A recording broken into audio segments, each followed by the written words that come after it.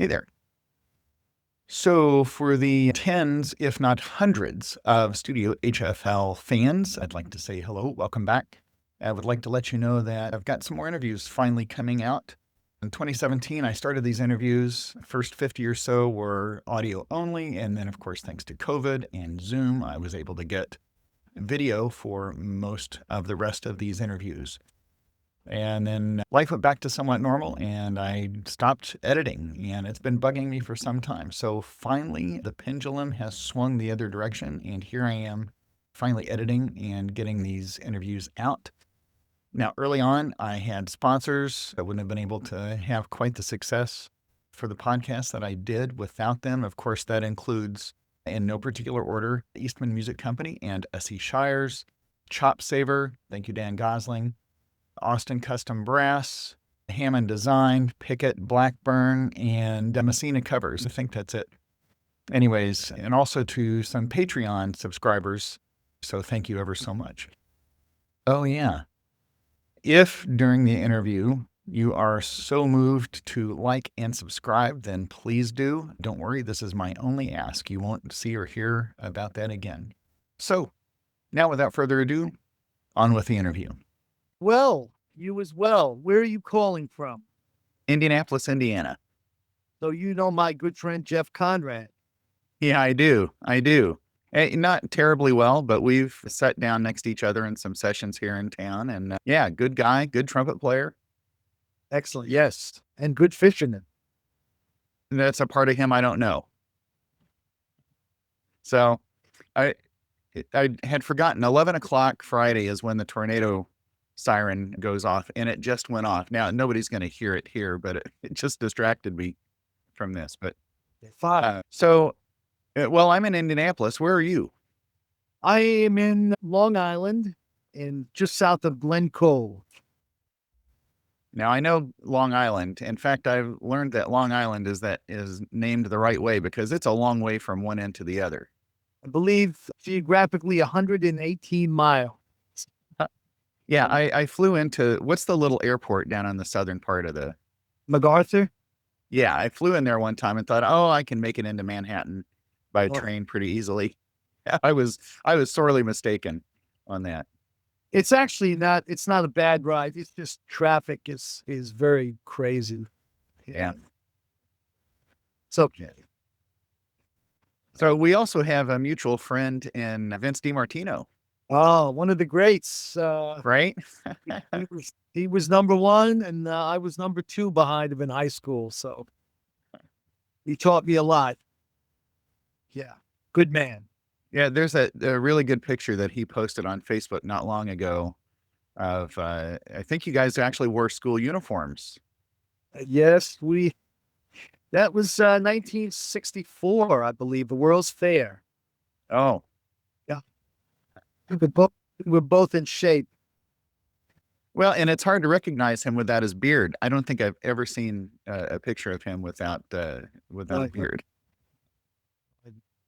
Yeah, so, I was talking to him not long ago, and he's like, have you ever talked to Glenn Drews? And I'm like, no. He goes, you gotta call him. He said he's, so I did a little bit of research, and I'm like, how come I've never known about you? I'm like, you're kind of a big deal. I try to keep a low profile, Yeah. Are we on the interview now or not yet? Well, it started. I mean, it's not live. So, this is, yeah. Well, I took the liberty of jotting down a few things. And one of the things I was going to talk about, and Vince will say the same thing. We had great timing in life because when our parents had us, so I'm 71, he's 72, I guess. The music business was booming. You had all the TV shows, the Tonight Show, think about the Cavett Show, Mike Douglas Show, and all those live things. You had, the circus would come into town for 6 weeks and hire 4 trumpets. That happened twice a year. There were society gigs, there was recording, there was live radio. I mean, it was crazy, and back then in New York, the legal drinking age was 18. So every bar had live music, whether it was a rock and roll band or a jazz band or a piano player or a country band, so it was phenomenal. So the timing in life where we could get a lot of experience doing what we do, it was fabulous. And the other thing with timing is when gigs come up, certain gigs, somebody calls you, are you available to go out? Are you available, sorry. Are you available to go on the road with Thad and Mel or Woody or Buddy? Just think all those men. Maynard was out there. Basie was out there. Ellington was out there. Kenton was out there. It was a crazy, crazy time. So timing is so pivotal in our musical careers. And you see what it's like now. I mean, it's destroyed careers. So not to be a downer. Oh, that's just the way it is, unfortunately. Yeah. Yeah. So that was one of the things. And so we are paired at good timing with us. So So you're talking about, so if you're 71, you were born 55, 54, 49. 49. Oh, I'm horrible at math. 49. Okay, so you're talking about mid 60s when you're starting to start gigging, right? Right. Vince graduated high school in 66. I followed him the next year in 67. He went off to Eastman. Are you an Eastman grad, by the way? I'm not. Um, and I went off to this little state school in Potsdam, New York. But again, um, there were 4 colleges in the area. There was Potsdam, Clarkson, St. Lawrence, and Canton. So there were tons of young people around. It was a young community. And again, most of the clubs had live music. And I played in a little band that was a jazz band, it was a wedding band, and it was a rock and roll band. And the rock and roll band was the only band in history not to have an electric guitar or electric bass. It was very wild. How in the world did that happen? We needed to make money and do gigs. Somebody booked us at a club, and we had an organ player that played bass pedals, 2 horns, a drummer, and a singer. And we actually had a pretty good repertoire. Nice. It was just a fabulous time. Yeah. Because we paid our way through school, which was excellent. Yeah. What was the name of the band? It was called T. Just the letter or TEA? TEA. It stood, it was kind of named after the jazz cabbage, if you know what I mean. Gotcha. So, I'm curious, you're a jazzer really at a young age, right? I mean, you were, and I'm thinking if you're a classmate of Vince's, was there some competitive aspect to going through high school together? Not at all. We had, again, I'm going to go back to timing, because when we got to high school age, they hired this teacher, and Vince will sing his praises as I will. His name was Ed DiUlio. And Ed was basically a legit guy, but he had the wherewithal and the foresight to hire all teachers in the school system that were working musicians. A lot of them came out of the service and went to Manhattan, like that. But these guys were working 4, 5, 6 nights a week, as well as teaching school. So we had all their experience. And DiUlio also had the wherewithal to have arrangements commissioned for our jazz band. So at that time, and they were just stock arrangements and combo orcs. It's probably stuff you don't remember, but there was no repertoire. So he had these guys write charts, and one of the teachers was an elementary school teacher, and his brother was Lionel Hampton's manager.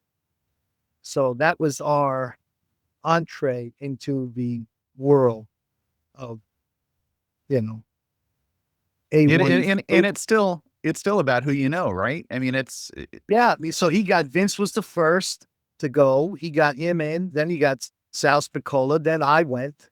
Then I don't know if you know who Dennis Wilson is. He was with the Basie band for years, trombone player.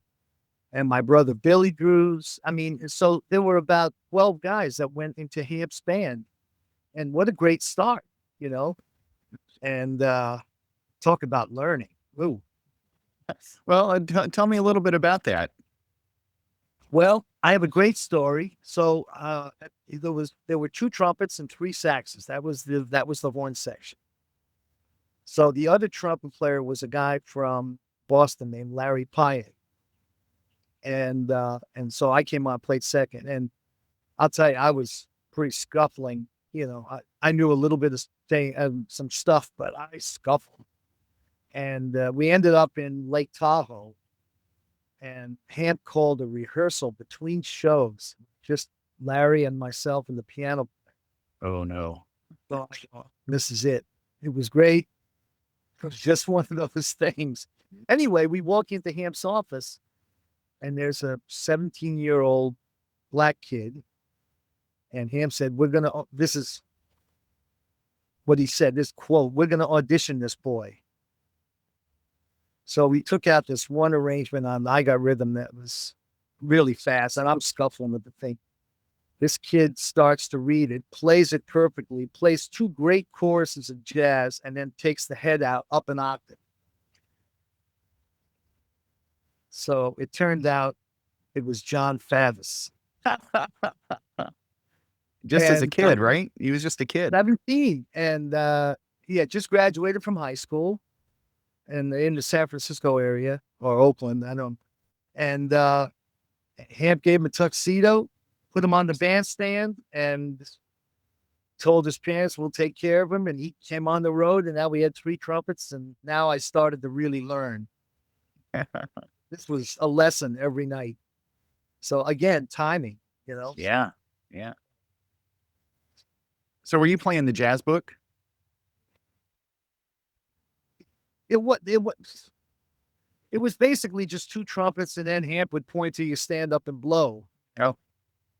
So I mean, it wasn't really a set like Woody's band had two jazz books and a lead and a split lead and all that. But no, this wasn't that. It was just a 4-5-piece horn section.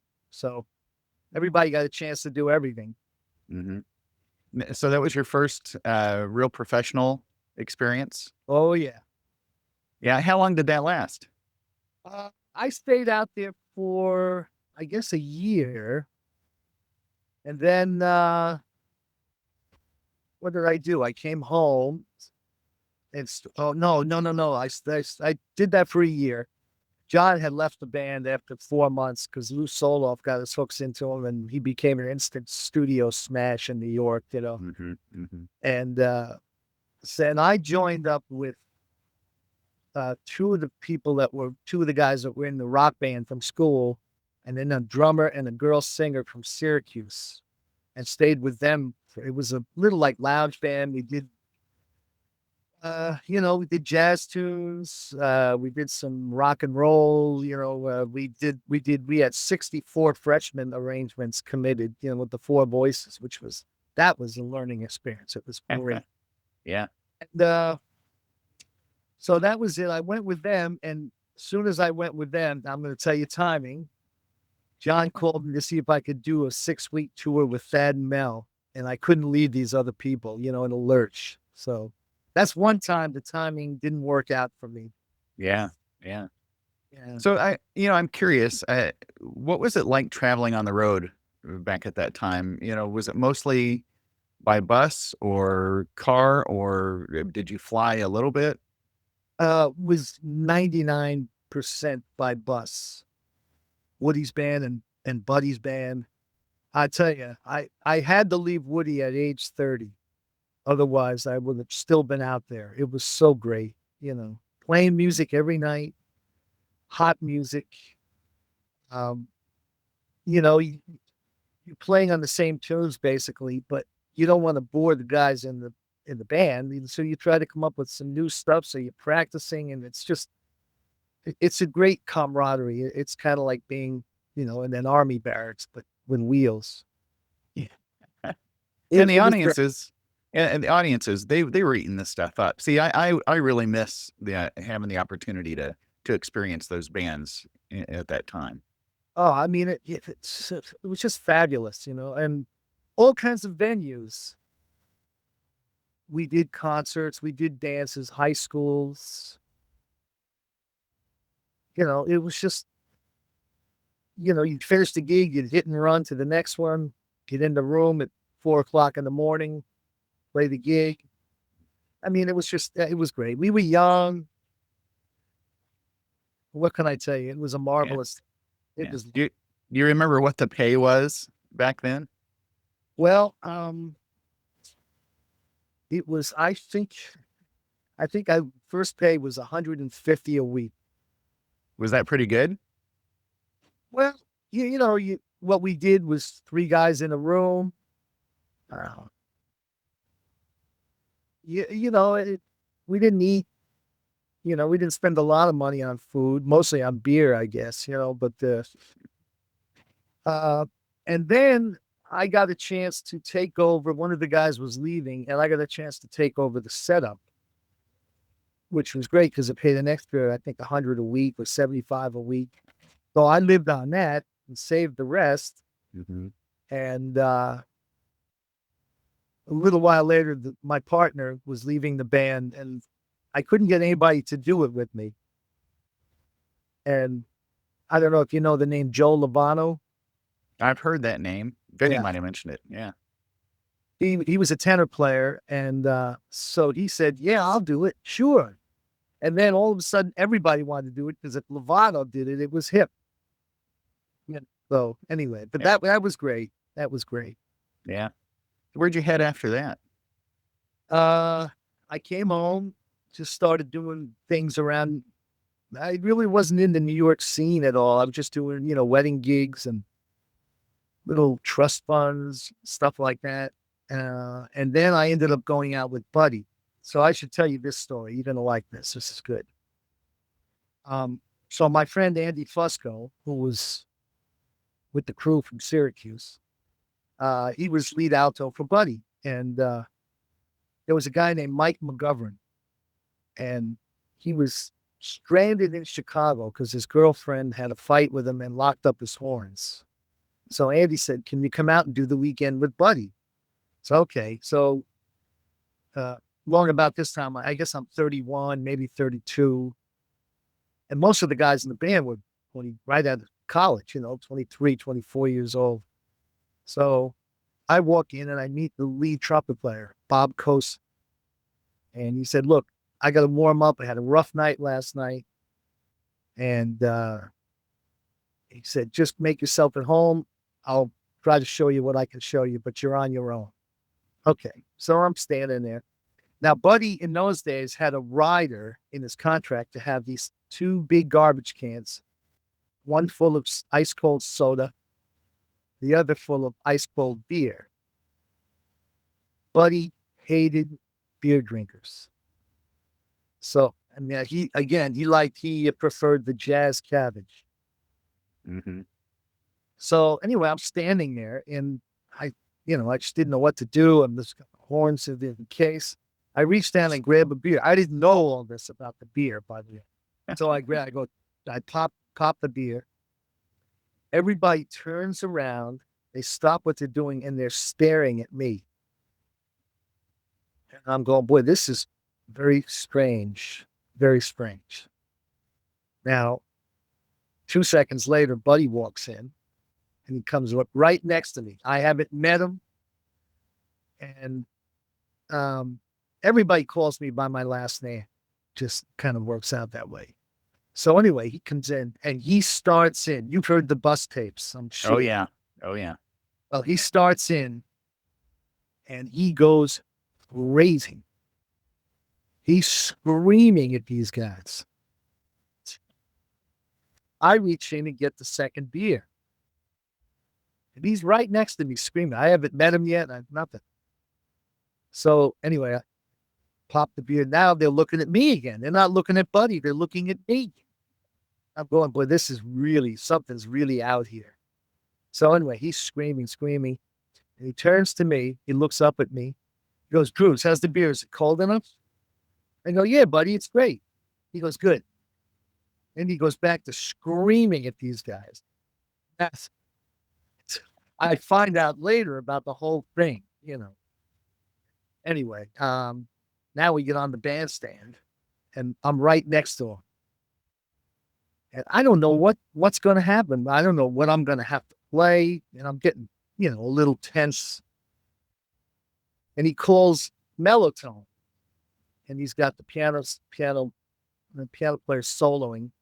It's great. Nice groove, nice key. Da, da, do, da, da. I said, oh man, I said, be great if I could get in and get my feet wet here, you know? So anyway, he turns to me and goes, Drews, give me a little harmony. Great. This is great. You know, put the harmony in.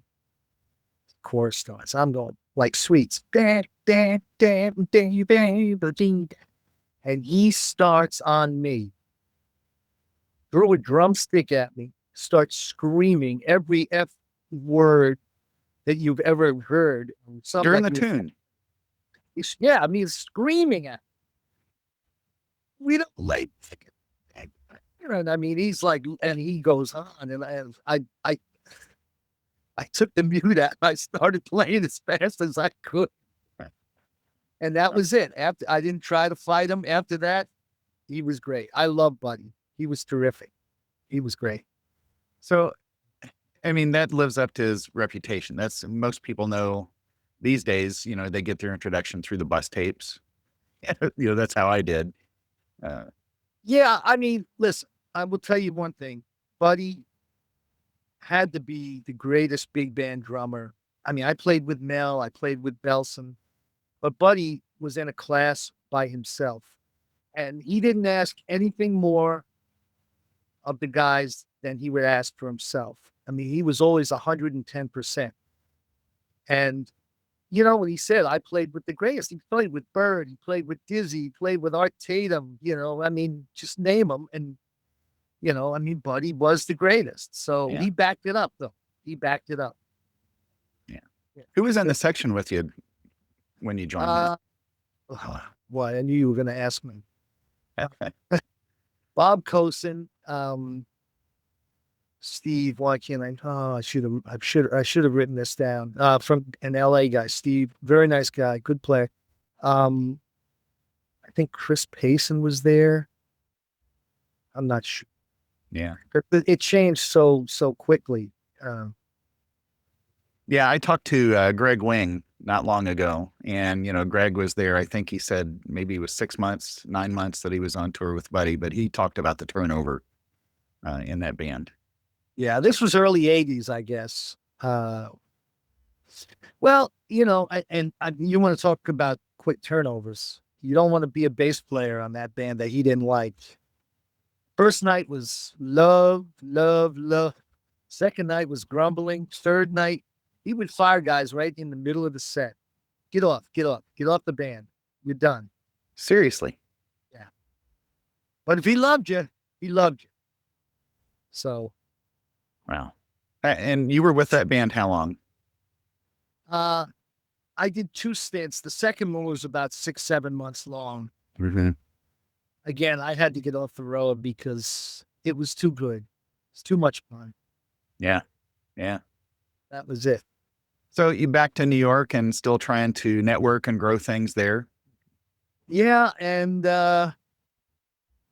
you know, I started to, you know, once you do the band, you get a little bit of a rep and guys start to know you. And then through the club date things, I met some guys, and then I met a gentleman on a club date, a wedding band, and he said, "Man, you play good." He said, "I do a little recording," and he said, "Would you like to, do you do any studio work? Would you like to get into the studios?" I go, "Yeah, sure."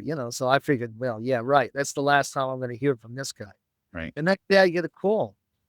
Says, "Can you show up tomorrow at 11 o'clock? It's the toy jingle, something." Then I met Don Sebeski. Um, Faddis and Brian O'Flaherty were doing Sebeski's 10-piece band. Faddis left, and I knew Brian from Louis Belson, and Brian recommended me. And that's how I met Don, who's another fabulous talent. Fabulous. Mm-hmm. And then, then all of a sudden, you know, it's like anything else, if you do well, and the word gets around. Hey, this guy's a nice guy. He's a good player. He's not going to give you any hassles. He shows up on time. It's all those little things that we've learned through the years. Show up, shut up, play your butt off, and go home. Right. I mean, that's kind of that's it. Well, I tell, well, especially younger players, I said, listen, you're going to get a call. Everybody calls and says, "How do I get on Broadway?" Okay. So I've been doing Broadway since 81, 19 different productions, I suppose. The latest has been Chicago, and I've been there, I guess, 13 years now. So anyway, and you get calls all the time from young players. I want to start doing how do I get in? I said, there's no secret to getting in. And what's going to happen most likely is there's going to be an emergency situation where somebody is either sick or car breaks down or something like that. And you're going to get a call. Can you get to the theater in 40 minutes? Bring your trumpets, flugels, the mutes, whatever. Now, when you get there, don't try to be, blow the walls down. Don't try to be, you're playing third trumpet, play third trumpet, support the lead guy, just do what we know we're supposed to do. And what I tell young players, keep this shut, these open. Yeah. And you get a free lesson. You get a free lesson on what to do and also what not to do. I mean, I've seen guys there was a guy that came I used him as a sub on Sesame. And I got there to actually witness this. They were doing a take on the tune. And there were only 7 guys. It was a pianist, guitarist, bassist, 2 horns, and a percussionist. I need anybody? Yeah, I think that's it. And the percussionist was the contract. They do a take, and my sub says, the timpani was out of tune on that last take. The guy doesn't say anything. They do another take. And my sub says, you're still out of tune on that timpani thing. And the guy was very cool. He says, "Do you know who you're talking to?" He says, "I don't care. It was still out of tune." He got up, came in the booth and got me. He says, "I never want to see this guy again. Get him out of here." Wow. I mean, Yeah. What are you doing? Here, you want a gun? Here, shoot yourself. Right. Oh, Right. just do what you know that's right. Anyway. So I want to get back to Sesame Street later, but I want to go back to, you said you'd played Chicago for 13 years. Well, hopefully still go back. Yeah. Well, and just this morning I saw, Broadway shut down till the end of May now. Oh boy. Yeah. I mean, that's just horrible news. I mean, it's been horrible already, but that's even worse. But, 13 years. So at what point do you show up to the pit? Well, actually, you guys are on stage. And not even open the book. I always kept it open. Not that I really needed to, but you never know if something happens and they say, whatever, somebody doesn't show up on a cue or Mhm. uh, something. We didn't really have much staging, but if something, you know, goes amiss and the conductor says, "I'm taking from bar 68," and yeah, you have the book, you don't know where bar 68 is. Right. Right. So I mean, we just had it. Uh, it's just for me convenience and for the last year and a half that we were open, I managed to get my good friend Earl Gardner on as a second trumpet player. So that was fabulous, great. Yeah, there was a touring show that came through Indiana and Kentucky, one down in Owensboro, Kentucky, and then one in Evansville. And I got called to play the one in Owensboro, Kentucky, and I went down. And at this point, I didn't know we were on stage. Oh, right, yeah. And so I'm thinking, man, I wear a tuxedo for this. We're in the pit. Well, I learned pretty quickly. Yeah, yeah, and not only that, but then I'm playing lead, so there are a couple of stand up things you got to do. The timing with the big chromatic thing down the banister, right? The Yeah. and the band leader, I don't know, jaded. He was just jaded. I think he was just tired of being on the road. But I thought I did okay. And then I came through Evansville a few months later, and I got called to come down and play that one. And same band coming through, same group. Um, but it was, I don't know. I think of all the shows I've played, which none as big as actual Broadway. Um, I don't think I'd ever want to sit in the pit again. It's too much fun sitting on stage. Oh, it's fab. You get to know the cast Yeah. and it is fabulous. I love that chromatic thing going down down the slide. Yeah. Uh it was interesting trying to teach that to guys. Um I mean, I don't know. For me, it's just what I do. So, Mhm. Mhm. but it was interesting. But I'm glad you got to do it. It's a fabulous arrangement. You're not playing useless notes. Everything counts. Everybody's got a little thing to play here and there. And it's great. It was great. Yeah. Yeah. I And hope. Hope as books go, it didn't seem, all that, it wasn't screaming high. It wasn't on your face the whole time. So it was a lot of fun. oh, it's great. It's great. I've been trying to stay really in good shape. Um, you know, all of a sudden you get hit with this thing, and 8 months later, I mean, it's hard to motivate yourself. And I was never really a great practicer because I was always working and I was able to learn. I had that innate ability to learn things on the gig. So when I was faced with this dilemma of what do I do to our hero, I started to take out all the old books. I have every method book ever written. Most of them never were open past page 2. But so I said, okay, so I got this little routine going. And I started with the Clark Studies number 2, Mm.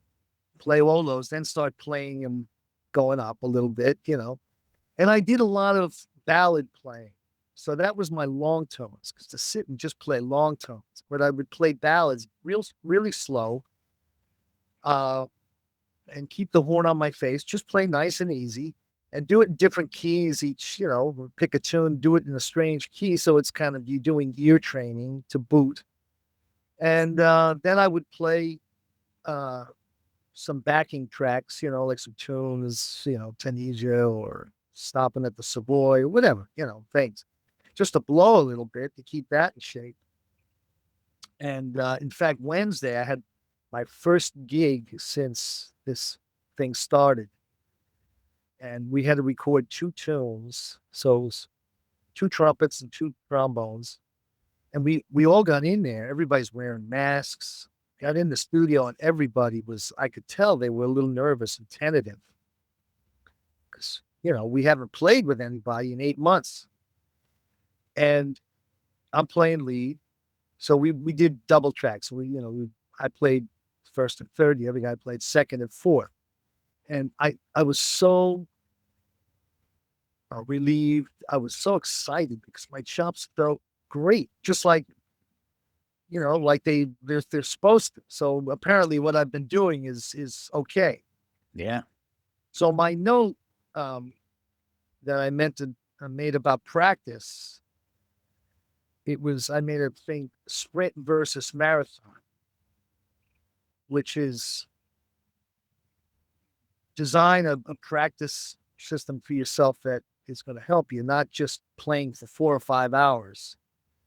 And the note was you can't take a marathon runner and make him do a 100-yard dash. And the same thing with a 100-yard dash runner. You can't make him go out and do a marathon. So you don't want to change, to quote Tower of Power, horses in the middle of the stream. Do what do what's worked. It's worked pretty well all these years. So why mess with it? Right.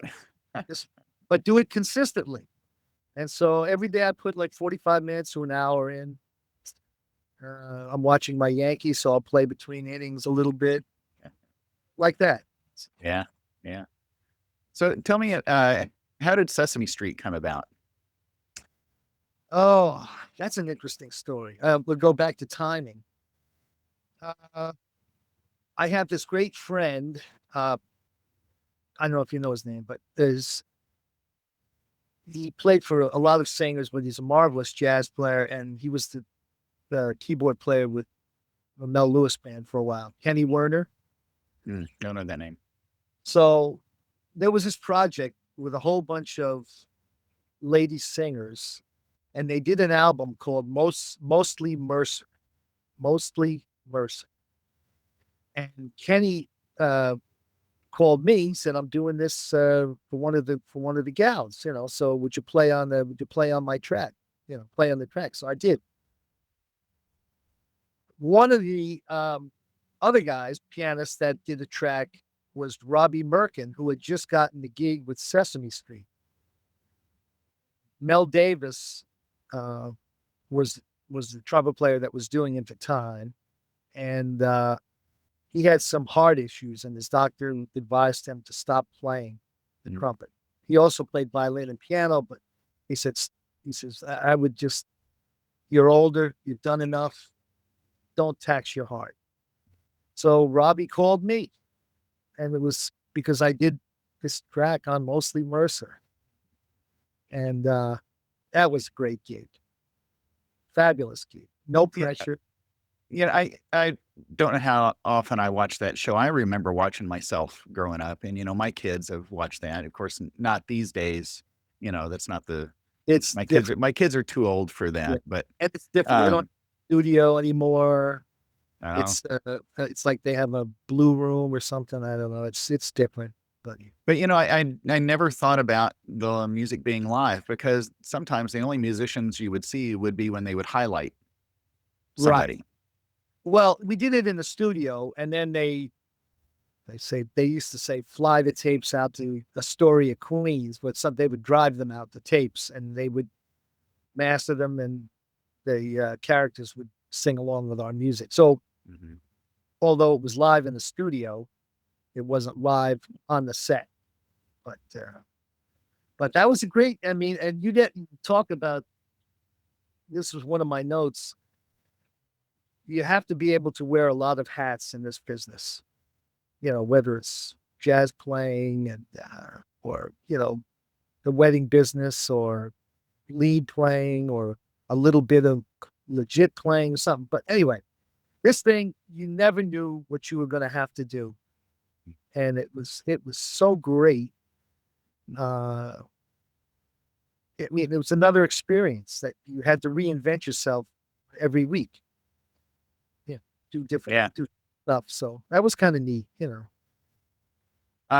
It just occurred to me. I remember my very first recording session, and it was here in Indianapolis, and it was 20th or 25th anniversary of children's television workshop or something like that. But Rubber Ducky was one of the first tunes on that session. Right. Good for Yeah. you. So, here I am going into the studio thinking we're going to record all this. I didn't know what we were going to do, but it certainly didn't occur to me that we would do Rubber Ducky. But I was thrilled. I remember getting that. I think I called my mom and I said, "You'll never guess what I recorded." Right. Right. Well, I was the first guy to do Elmo's theme. Oh, no kidding. Yeah. But I will tell you this though, because I had subbed on the show a few times before I got the call, and this is a true story. Because when Robbie American got there, everything was arranged, and you got copies, transpo, everything was like a chart. Yeah. The first few times I did it, I'm not gonna. You got a piece of paper about yay big. I had a couple of themes on it, and the rest of it you faked. It was crazy. Wow. I mean, it was hand scribbled, like they did it in 10 minutes, but it was great. Yeah. Again, you have to be on the spot. So Yeah. it was good. Yeah. I'm thinking about these other shows you'd mentioned. Of course, one that I remember, you meant Steve Allen, but I'm thinking Dinah Shore, Carol Burnett, Harold uh, Burnett. all these great shows. Of course, she was out on the West Coast, but um, did you ever get to play any of those live shows? No, that was a little before me. The Ed Sullivan Show. Gary Moore had a show. I mean, all these they had and that was live. That was all live playing, which was incredible, incredible. Yeah, Let me ask you a question, if I might. sure. So, who were the guys that influenced you? Name two or three. Okay, the first trumpet player I ever heard, um, it was with the Boston Pops, Arthur Fiedler, and it was a big box set, and it was Al Hurt playing Java and toy trumpet, and then I think the Boston Pop section did Bugler's Holiday. And this is when I first started band back in seventh grade, and I didn't know who Al Hurt was at all. But then somebody told me about Maynard, and of course I went through my Maynard phase, right? Just like probably everybody did. But I was fortunate to listen to Herb Alpert early on. It was a beautiful sound. I loved the sound. I loved how easy everything was. The sound of that band was just easy. Or it was great. I just interrupt you quickly, but Yeah. I have three sons, all late 20s, early 30s, and they've just discovered whipped creams. That's great stuff. Right. I have it in my car. It's Yeah. terrific. All right, go Yeah. ahead. I didn't mean Yeah. that. No. And it's I was very narrow for a long time. Maynard was it, right? And I got to hear him live three times, fortunately. Back when he had his big band, right? And this is not Big Bop Nouveau. This is later, or earlier. But Making a note so I don't forget it. oh yeah, but it was more than just trumpet players. I was fortunate because we didn't really, back then it was three stations on the TV, and there were no computers. So my parents had a huge record collection, everything from Hank Williams Sr., Marty Robbins, Neil Diamond. So I was just listening, not even knowing what I was doing, but everything was, it was influencing me. Oh, sure. Right? My So dad. it was, yeah, go ahead. No, my dad was just an amateur piano player, and my brother's a professional saxophonist as well. But every night we went to bed, he would play Sophisticated Ladies. Mm. I mean, you think about it, it's fabulous. Um, yeah, I mean, what he used to say, there's only two types of music, good and bad. It's so true. Right. But I wrote down this note, and being a trumpet player, I mean, Maynard, Doc, Al Hurt, Dizzy, Louie, Miles. It's like the top six, I guess. Yeah. But two influences in my musical career and style were Blue Mitchell and Mm. Sweets Edison. Yeah. I mean, Sweets, this guy was, we did two tours with this Philip Morris super band back in the early 90s. So it was Joe Mazzello, James Morrison, Belt, and Sweets. So I'm playing second. Mazzello's playing lead. Sweets is next to me. I'm deathly afraid to talk to him. And it turned out, he says, "You seem like a nice guy. You gonna say hello or what?" And we became such great friends. Oh, And you know what? You know how he plays. It's so simple, but when you hear him, he has a voice. It's like listening to Louis or listening to Maynard. You know within two notes that it's Sweets, and he'd play those quarter notes. And back to the buddy thing. yeah, right, right. And he'd sit on those quarter notes, and it was infectious. And when I got to New York, we did a concert for Rosemary Clooney at Carnegie Hall, and Nelson Riddle Jr.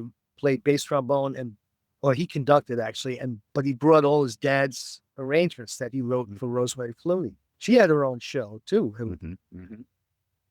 So we had all these guys in New York, the pretty much the big studio guys.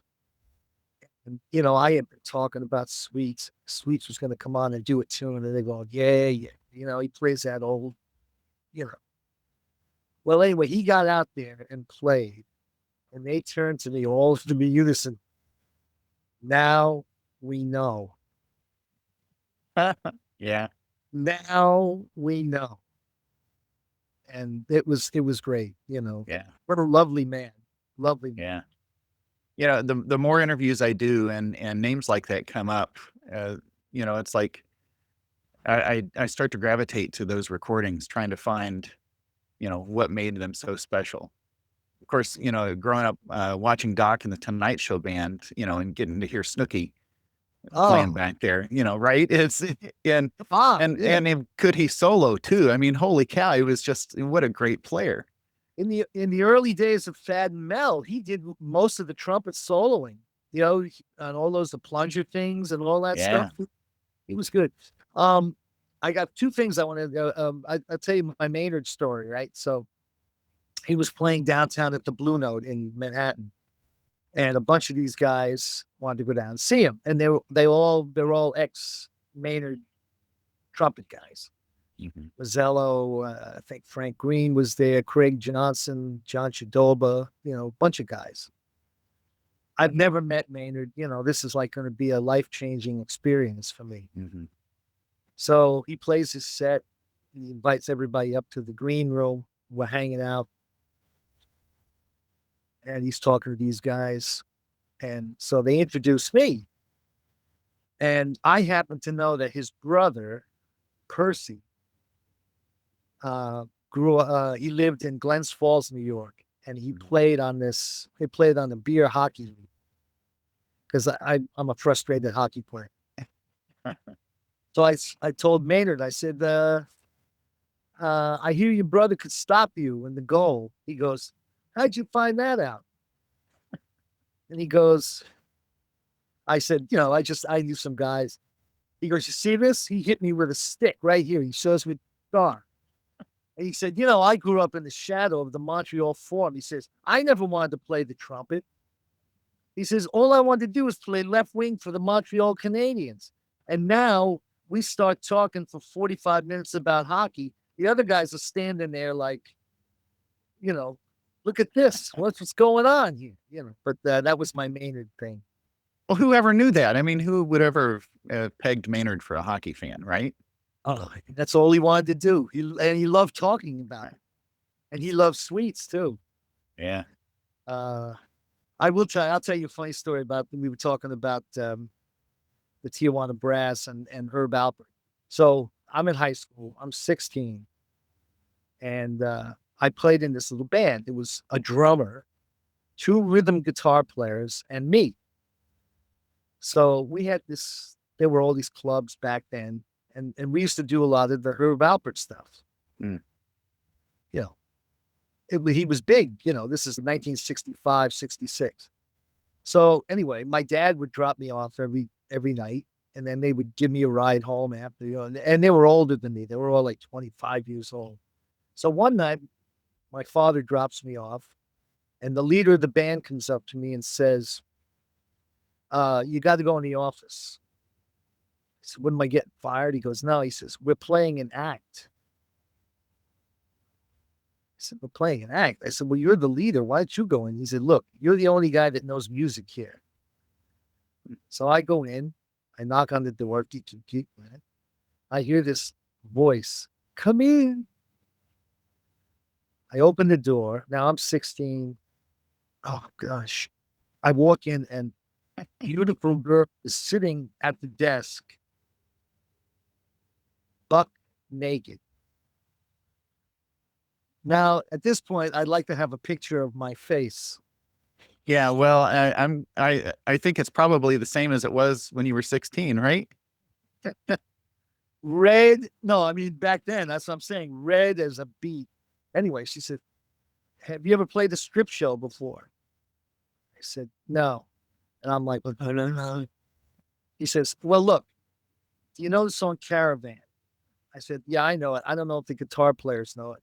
She said, I've heard them play. Send them to the bar to have a drink. Just you and the drummer. So here's what's going to happen. The lights are going to go down. He's going to start on the tom-tom. Then you're going to play Caravan. And keep, you can play whatever you want. Just play the melody and then start blowing, Yeah.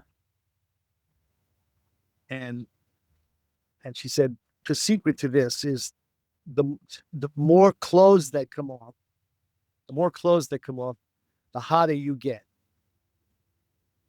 Do you have a plunger? I said, well, I don't, but there's one in the men's room.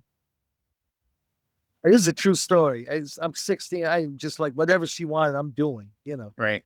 So I go in, I take the stick out, I wash it off as best I can. I go out, we do the show. And it turns out that playing the plunger is what I do best. And he taught me the whole business in 30 seconds. Wow. The more clothes that come off, the hotter you get. And Wow. How many times did you get to play that show, that act? one time. Oh, that was it. But I do remember her name, Cassandra. She was probably going to college, making money. She was sweet, nice. She left after that. Took off. She didn't hang around. But it was great, fabulous. So, I noticed something. I was looking through online this morning, just checking up, last minute before the interview, and there was something about the power of positivity. Can you talk a little bit about that? Well, I guess I'm a pretty positive guy. Yeah, and if somebody doesn't know that by now, I mean that's pretty obvious. And listen, let's face it, we're all gonna have adversity. We're all gonna have rough times, especially in the careers that we've chosen. And I've taken it like when something happens, like I got fired by Woody after my first 3 months there. And I didn't get bummed out because he was right. I was in the heavy jazz chair.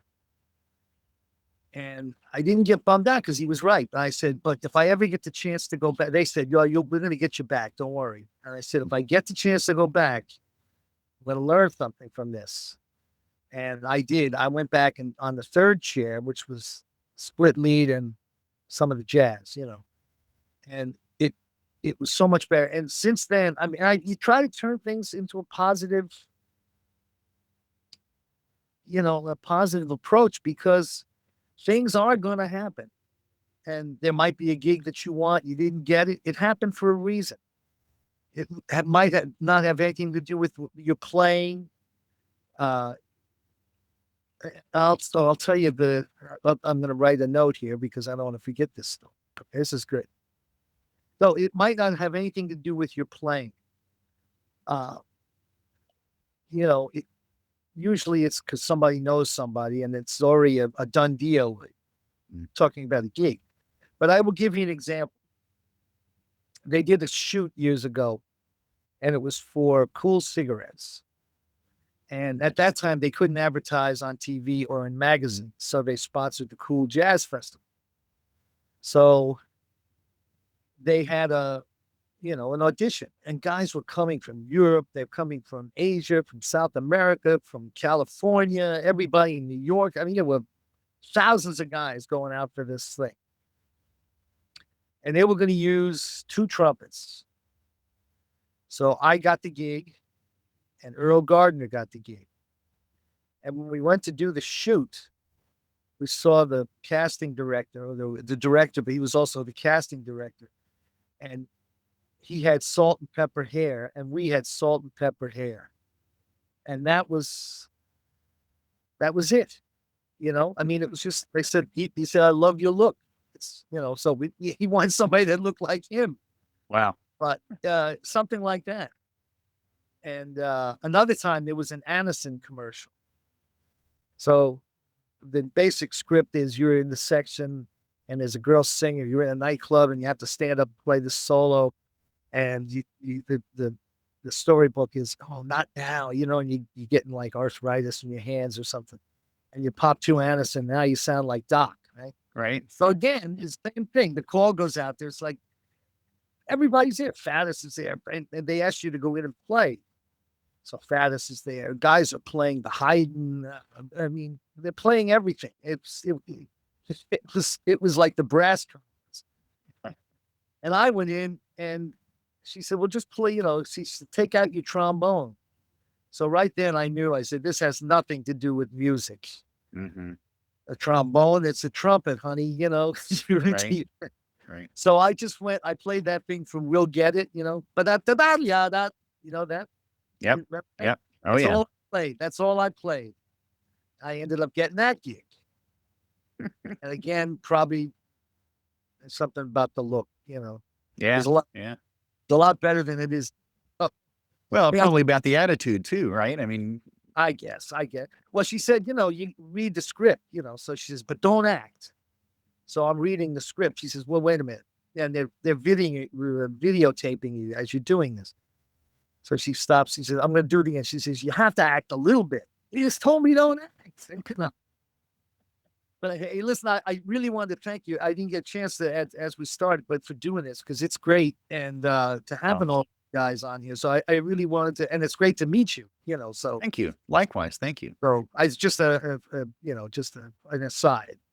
Yeah. No, are you kidding me? I'm having a blast doing this. What started out, I had no idea. This is like, I'm close to 120 interviews now. I've been thinking on and watching things, Yeah. And I tell people, it's like I get a lesson every time I get an interview. It's just like you saying, sitting down next to Sweets or Faddis or whoever, or Buddy. It's like, it's a lesson, but it's the same thing with me talking to people like you. It's like, man, I'm learning so much. I could just sit on the interview myself and never share it, but that's not why I'm doing this. I want everybody to do this. It's fascinating stuff because, this is like a battle. It's us against that hunk of metal, Right. And it doesn't really give us much back, but actually when this pandemic started, and I'm home, I'm practicing, I never had dinner with my kids or my wife because I had to leave to go to work, and it was, we hung out a lot, but it was strange. And I looked at this, my wife was there and I looked at the horn. I said, I've spent more time alone with this thing than I have with you. Mm-hmm. Wow. Pretty incredible, right? Yeah. About it.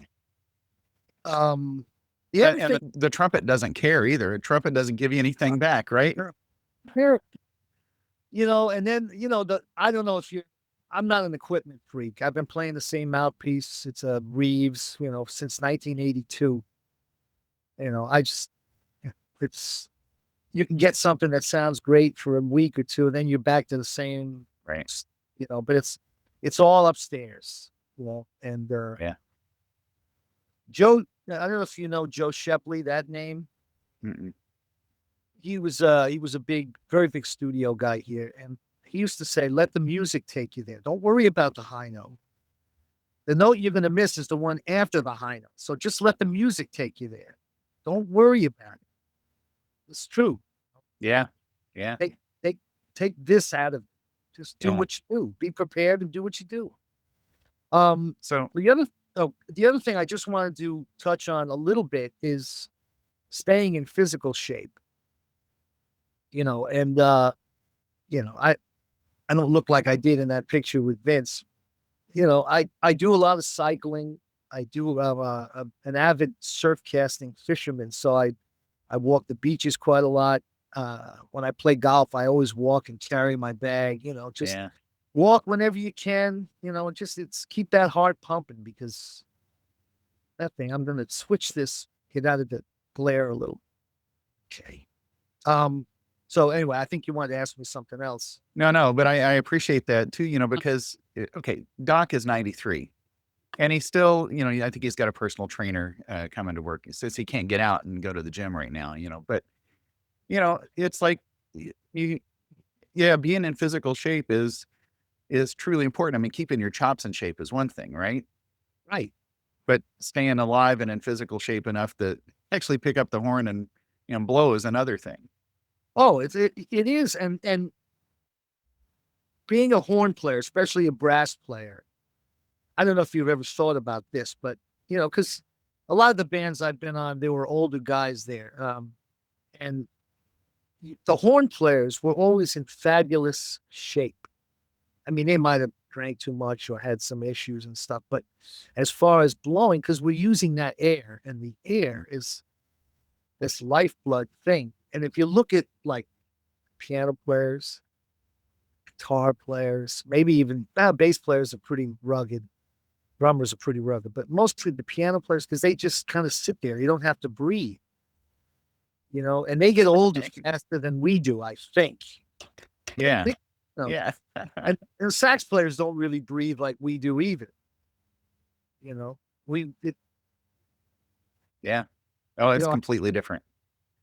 And, I, whenever I get sick, man, you get bronchitis or something like that, and you realize, yeah. yeah, just how important it is. But who who do who influences you today? Or maybe not influence, but who do you enjoy listening to? Well, as far as being a jazz player, the guy that I would love to be able to play like was Lee Morgan. Mhm. I mean, just the way he played the heads, he was great, sassy, and just had that sound. Uh, Gosh, I don't know. That's a good question. You know, when you're around good guys, one of the last sessions I did was with Earl Gardner, myself, and Tony Cadlick. And good guys, we each played lead on a tune. Tony was the lead player, but he passed us each a lead part. There's no hassles with personality. Let's just get there and make the music. Yeah. It's not about an ego trip. That never gets you anywhere. Yeah. Uh, so just being able to play with great players, pretty much all my life.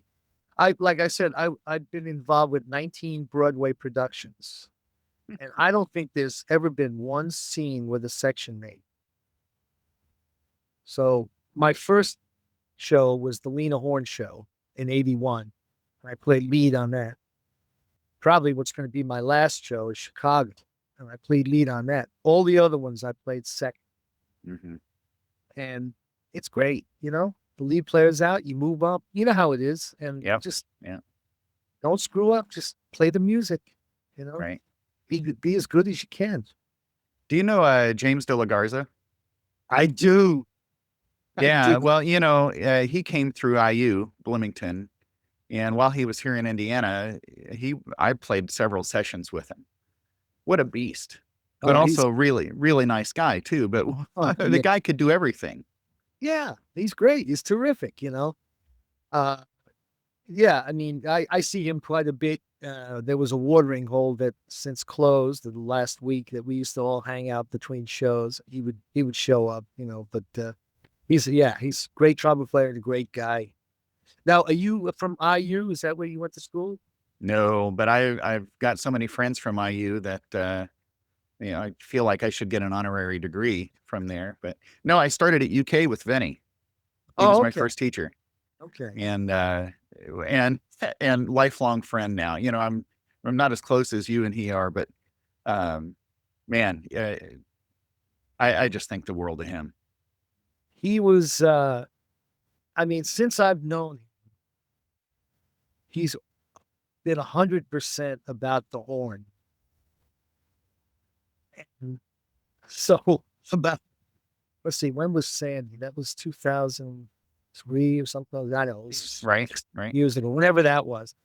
We're on tour with the Birdland Big Band with Tommy Igoe. And we show up down in Kentucky. And who shows up? But then I hear him coming down. Oh, you can hear him a mile away. right. So I hadn't seen him in a long time.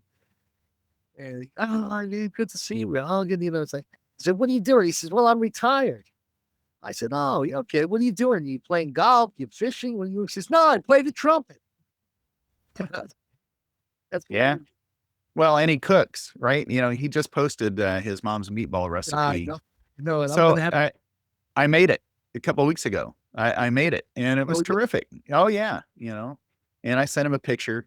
Just but I called him. I said, hey, what's the secret to the sauce? He goes, just buy it. It's a jar, right? And I'm thinking it's supposed to be some handwritten recipe coming down from Italy somewhere. But Oh, um, yeah, he's good. He's good. so I feel like there's so much more you could share with me, but this has been great, absolutely great. Just Terrific. all the Thanks for stories. thanks for including me. I appreciate it. Are you kidding? I think people are going to love this. I hope Absolutely. I didn't babble on too much, but Well, you know what? I tell people that say that very same thing. I said, you're kind of an interviewer's dream. It's not like having to just constantly trying to pull words, get somebody to answer a question. So when people babble on, I'm like, yeah, this is great. This is well, great. I said I got out this morning. I said I better write a few things down just because you forget, you get off on a tangent, and it's like Yeah. whoops. But well, if you ever get to New York, give me a buzz and we'll do some hanging. Well, do that. But Ricky Riccardi also said, to look him up. He runs the Louis Armstrong House Sure. there. Yeah. And so I've already, and who else told me? Kiku Collins. I've got to visit her, when I get there. And it's like, so I'm going to have a lot of people to visit if I ever get back to Well, New York. good. We'll hang out a little bit. It's party, Okay. you know. Yeah. So, all right. One thing, and I'll put this in an email, but I noticed there were some clips online, solos, but I would love to be able to include some music. True. Some of the things with there was one with Brian O'Flaherty called Together We Rise Mhm. with the Louis Belson's band. Of course the stuff from the Vanguard. Right. Whatever you Okay. Good. Good. you'll hear the same licks over and over again. I just try to make them better. That's all. Yeah. Yeah. So, Glenn, thank you very much. Thank you as well, Larry. It's great. Yeah. I wish you the best. Please stay healthy and enjoy the fishing while you can. Right. And Oh, the fall run is just starting now. oh, nicely cow. Oh, great. Yeah. We fish in a wetsuit because it's Oh. you don't want to tumble in the water and have the waders fill up. So because you Oh, climb right.